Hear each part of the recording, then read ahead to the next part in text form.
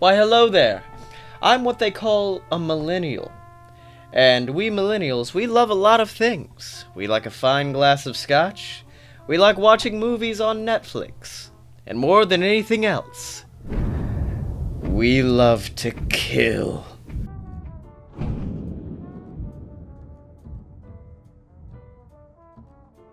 Welcome to Scotch Talk, ladies and gentlemen, the show where I just get to sit down and talk about random garbage while drinking a fine glass of scotch, and I'm very excited because a friend got me one of these. It's a Glencairn.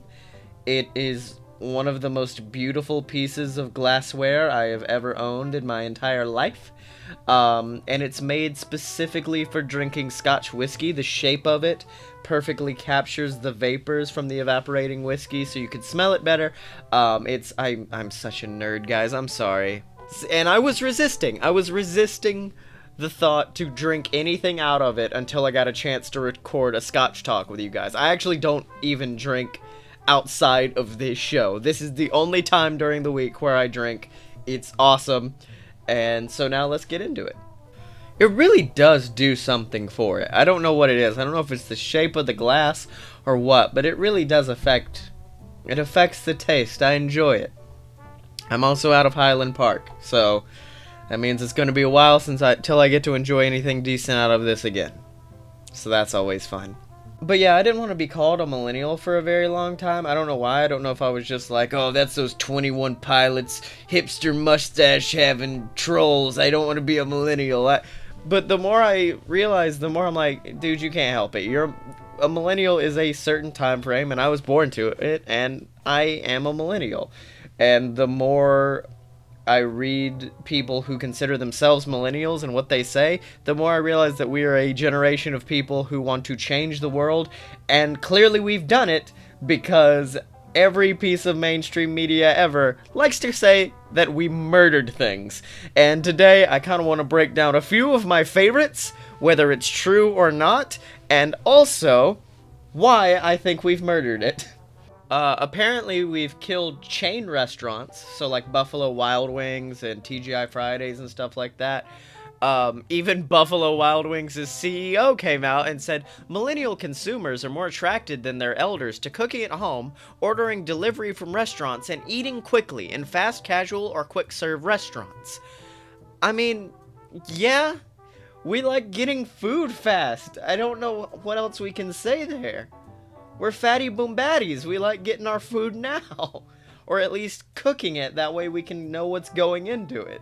I feel like if I do go to like a chain restaurant, it is for a specific reason, you know? I don't go out to TGI Fridays because there's nothing that particularly draws me there. I will go to Outback all day though, because a bloomin' onion gives me life. I'm just saying, guys. I love a bloomin' onion. It's fantastic. So I think chain restaurants, you need to step up your game. I'm just saying, Outback is probably doing fine because they got bloomin' onions keeping them on lock. Also, I'd probably argue that most of the chain restaurants that have open bars are probably doing well.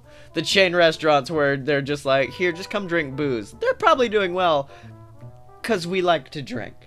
Let's see what else we killed. Alright, now this is one I've seen a lot. And it's that millennials are killing golf. Now, a lot of my friends are on PS4 playing Everybody's Golf, so I assume they mean the real game of golf that once existed. And I don't think we killed golf. I think Tiger Woods killed golf. Because as long as your sport has somebody that I can look up to, you know, like, swimming has, oh god, what's swimming guy's name? Swimming has that guy who done got high that one time. Michael Phelps, that's his name. Swimming has Michael Phelps. Tennis has Venus and Serena Williams. Like, they have these mainstream people who you can look up to. And Tiger Woods was that for golf, and he done messed up. He killed golf, not us. Tiger killed golf. And this is one message I have to a lot of my millennial friends. And it's that we are killing vacations. And I do kind of believe that's true. I think a lot of us are workaholics. I myself am a workaholic. I actually schedule my day out by the hour so I know what I'm doing every single hour. It's kind of insane But even with all of that, I know I need to take a break every once in a while. Vacations do need to happen. So all you workaholics out there, calm down. And apparently in that same thread, millennials are also killing hotels. Which, I mean, hotels are expensive, dog. If I got a friend in that town, I'm gonna try to stay with the friend. I do love a hotel, though. I do love a good hotel. Just chill, lay back, order pizza. Like, that's a good day. But otherwise, yeah, I'm sorry. Make your stuff cheaper. That's really, if you look at the majority of the things that millennials have killed, it's a list of things millennials can't afford. It's like, millennials are killing the champagne business. It's like, yeah, because we can't afford champagne. Are you kidding me? I can't wait till millennials kill the college business. Because a lot of us have student loans, and I don't know how many of us are going to be able to pay them back.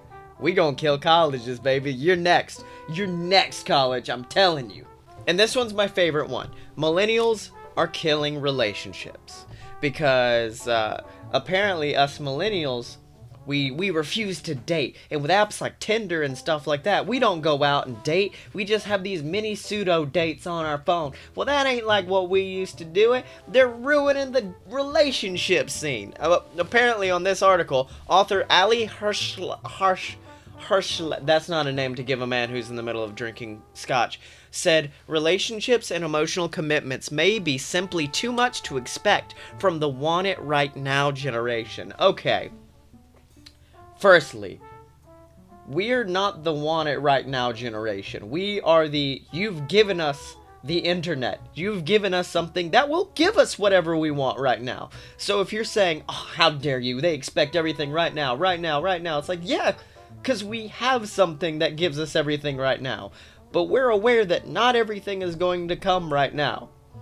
We're very aware that, hey, money's probably not going to come right now. We're aware that financial stability is not going to happen right now. And we're also aware that finding a loving relationship is probably not going to happen right now. We are committed to our careers and making money and trying to maintain our sanity right now. And that's why we can't focus on a relationship. It's too much for us. And it's not because we don't want a relationship. We do. We all want love. We all want to find love. But we also know how difficult it is. And also, I feel like in previous eras, sexuality played a very big role in it. And I don't mean like homosexual or heterosexual or whatever. I just mean like the need to get it, you know? And I feel like we're over that as millennials. I mean, correct me if I'm wrong. I know there are people out there who just love it, who love sex, but I think we are in an era now where sex does not matter like it used to. You know? Like, I feel like if you watch old movies, there were entire movies about just, hey dude, let's have sex. Find a way to have sex. You're a virgin. You're useless. And I like to think of millennials almost as the nerd generation, because a lot of us grew up like not having sex and being like, yeah, okay. And then when we finally had it, we're like, yeah, okay, it's good. But you know what else is good? Pizza. Sex and... By the way, this may become a bad examples episode one day. Sex and pizza, literally the same thing. They're never bad. They're always good. But I feel like a lot of the previous generation treated it like so important and stressed it so much that now we've all grown up and been like, yeah, it's not that big a deal. I'd rather have money, you know? I'd rather have my student loans paid off than have sex. I'd rather read a good book. Like, I feel like we have grown out of that. And so therefore, when we look at relationships, we aren't looking like we don't have that desperate need for, I just need someone to take to Ponytown, you know? We're just, that's not a good phrase. That's not. I feel like instead, we are a generation of people who are just like wanting to find partners who are on the same quest as we are, and we want somebody to stand by our side and march with us into battle, the battle of the world, essentially. And I feel like the thing with millennials that a lot of people don't realize is the fact that we are the first generation to grow up. Some of us entirely our whole lives have had internet. I luckily got to spend about 5 years without it, so I can kind of look back and be like, That was bad. But we have an infinite world of knowledge at our hands. We have an infinite world of possibilities at our hands. And so, therefore, we're studied more, if that makes sense.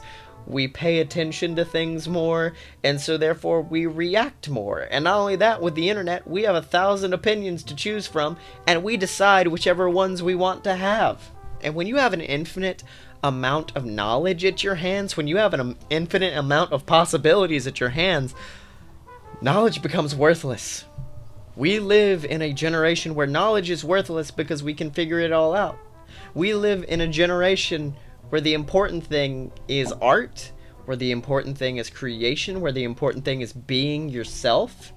We live in a world where I think my theater degree that taught me little to nothing about mathematics or science or any of that is going to pay much more dividends than someone who got a degree in an actual, like, something important.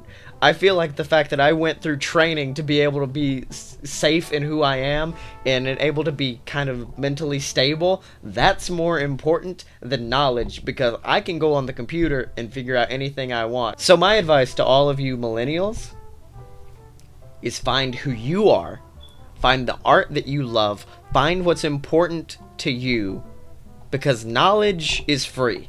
We're probably about to kill encyclopedias soon. I mean, let's be honest. Knowledge is free. We don't have to worry about that. So what we do have to worry about is ourselves. What we do have to worry about is our mental stability. What we do have to worry about is the future of this world. And that's why millennials are killing things, because we've seen the things that have problems. We're seeing the things that are cutting back on our productivity, and we're cutting them out. So whether that be golf, which is essentially just a wasted day on a golf course, or we're taking chain restaurants, which are wasting our times by forcing us to wait on bread and appetizers, and we're tossing them out, and we're taking vacations, which a lot of people still see as wasted time, and we're throwing them out of the window because we're terrified of what's happening next, and all we can do is keep moving and keep running, and we're killing all of the obstacles that are in our way until we get to what we want. Because we're the generation that's going to change the world. We're the generation that's not going to change the world through free love movements or change the world through doing some hippie music festival somewhere. We're going to legitimately change the world. And to change the world, you got to break a couple eggs. Or kill an entire restaurant chain. Well, ladies and gentlemen, this may very well be it.